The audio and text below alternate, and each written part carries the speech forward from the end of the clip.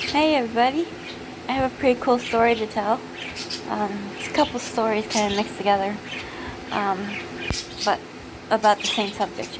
So, on two separate occasions, I got to meet um, two of the munchkins that from Wizard of Oz. I don't know where any other munchkins were, but anyway, from Wizard of Oz.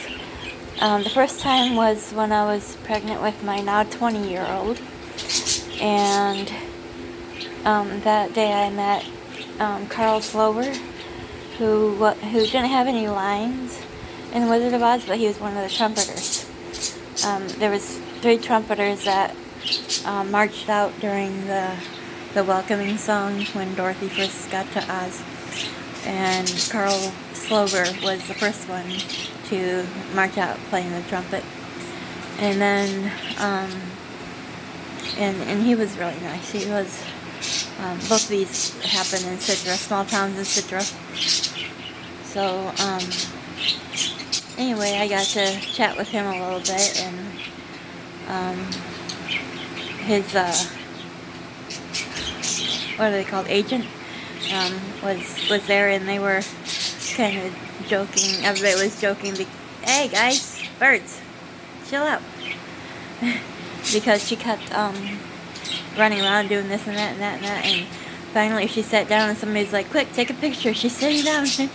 But she was really nice, and both of the munchkins were really nice. So with Carl, I sat down because I saw there was nobody around him, because everybody had the talk, got their autograph, whatever, and he was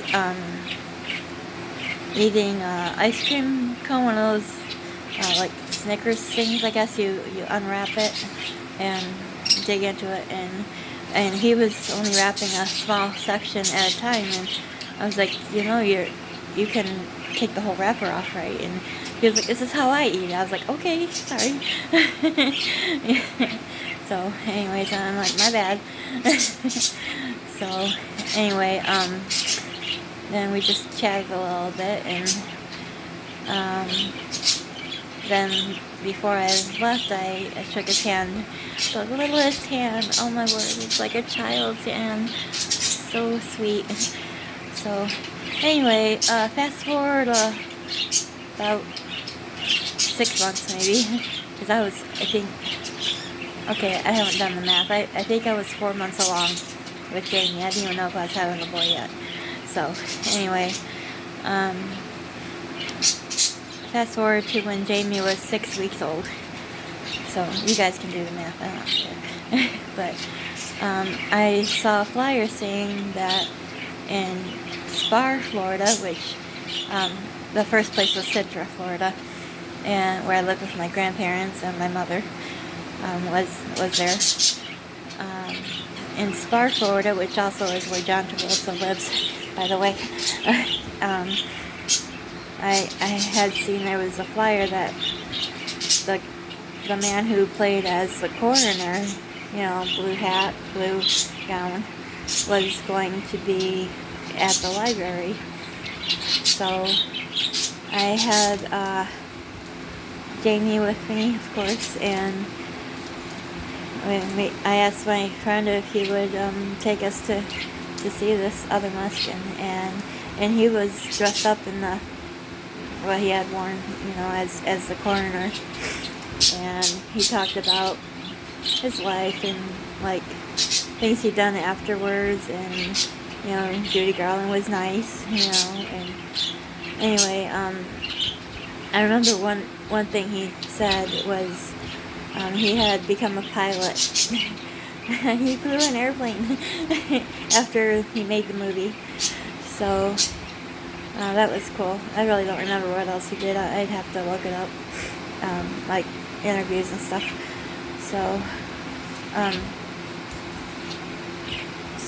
anyway, I was in the line to get my picture taken with them, which I don't have anymore, and my autograph or whatever. But Jamie decided just then he was hungry, and I'm like, now? I was nursing him. I was like, of all times. So I had to get out of line and go sit down, and I nursed him. I mean, nobody said anything to me that day. Sometimes I got flack for nursing in public. Whatever. But I had one person, an older lady, say, "You never mind him. You know, you're doing the best thing for your baby." Anyway, so here I was nursing in public. Nobody said anything to me. He was covered. I was covered. So anyway, that kid had never been so thirsty. The line's getting shorter, and he's still going at it, and I'm like, hurry up, you know. Finally, the line was gone. There was only me and Jamie and the coroner. His name is Meinhardt Robbie. I don't know what country that's from. And his agent, which is, of course, the same agent for Carl Silver. And she said she also had the Chitty Bang Bang car, but I never saw that. But anyway, it was just us four left in there. And finally, I was like, okay, you're done, Jamie. You know, and I got, you know, situated, whatever. And the coolest experience happened when I stood up, just like a gentleman. Meinhardt stood up. And because, you know, back in the day, a gentleman would stand when a lady was standing. And he didn't sit down again until I sat down next to him. And it dawned on me later that that's what he was doing. I was just like, wow. You know, ladies used to get a lot of respect from the guys. A lot. But I won't go into all that. But anyway, in general they did. Maybe there was some that were abused, but in general they got a lot of respect. So anyways, Meinhardt was really sweet, and but he was very elderly, and I noticed his gums were bleeding, probably gingivitis, but he had his original teeth, of course. But anyway, I asked his agent if he could hold Jamie, and she's like, he better not, you know, just because of his age and everything. I was like, okay, I get it, you know. But when he looked at Jamie, he said, "Oh, it's our littlest fan." But yeah, we had a nice little visit, and I started, you know, getting ready to leave, and they were just talking about where they were going to go for lunch and whatever, just a normal conversation, you know.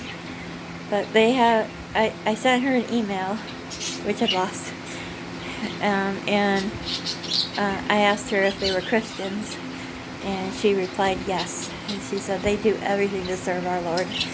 So of course that made me really happy. And they are in heaven now. So of course have passed away. They were very, very old when I saw them 20 years ago. So anyway, that's my brush with fame right there. You know, with famous people, or however you say it. So just two really cool memories. So I guess that wraps it up. I thought there was something more I had to say, but I guess not. If there is, I'll say it in another video. So anyways, if you get a chance to, though, look at those old movies. They're not boring if they're black and white. That's what I always thought. You know, they just hadn't come out with Technicolor yet. In fact, one thing about Wizard of Oz is a lot of people watched it on black and white TV. They didn't get to the movie theater to see it in color. So when color TVs came out as Technicolor, they saw the yellow brick road as yellow, and they saw the red shoes as red. They saw all the colors, and they were like blown away. Even if they'd seen Wizard of Oz many times, it was just a whole new level of wow when they saw it in color. So that was really cool. Kind of like how people watch things in 3D now. You know, when they're used to seeing flat screen. Sometimes you can, you know, put on a 3D glasses or whatever. Kind of the same thing. So, except we look like idiots wearing the 3D glasses. So, but yeah, if you get a chance, watch those old movies. The black and white ones, the early ones from the 30s and 40s, some even from the 20s. And they were really talented, and they had excellent storylines, and they could sing and dance and act wonderfully. It was just amazing the things they would do, and the stunts they would do, like with props and things like that. So go ahead and watch them. Watch the good old things. They didn't swear that I can recall, because I've seen those old movies. There's a channel that plays them only on cable. KCM, I think it's called, the initials. I don't remember what it stands for. I haven't seen it in a long time. But that's one of the things they, oh, that is what they do. They just play old movies. And on A Star's birthday, which we just missed, Judy Garland's, they play their movies all day long. So, kind of in honor of their birthday. So, yeah, go ahead and watch them.